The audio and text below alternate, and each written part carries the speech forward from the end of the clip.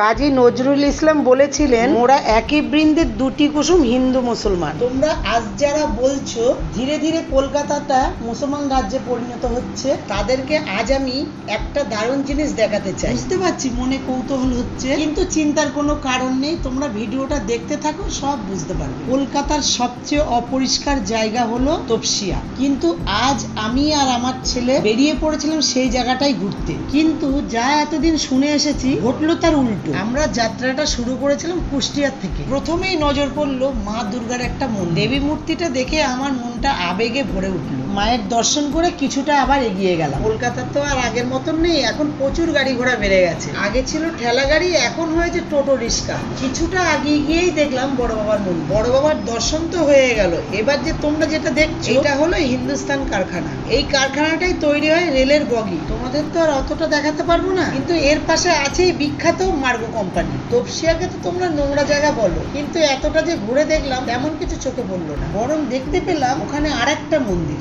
এইটা ছিল তারা মায়ের মন্দির, সাথে ছিল গণেশ বাবা, আর ছিল বাবারও বাবা, সে হলো ভোলে বাবা। যতটা খোঁজ নিয়ে জানতে পারলাম এই মন্দিরটা সপ্তাহ তিনেক হলো উদ্বোধন হয়েছে।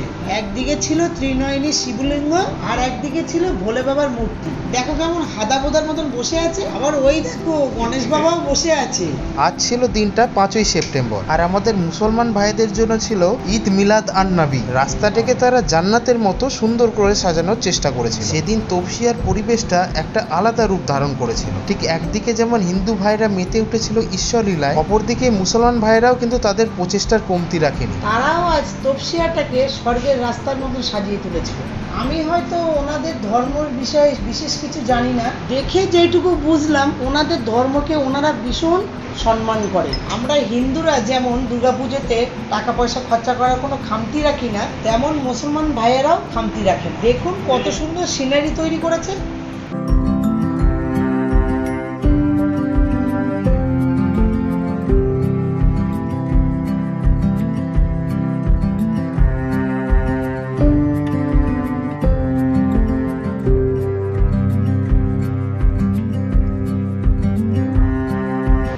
পরিশেষে বলতে চাই, আমরা হিন্দু মুসলমানরা এক ছিলাম, একই আছি, একই থাকবো।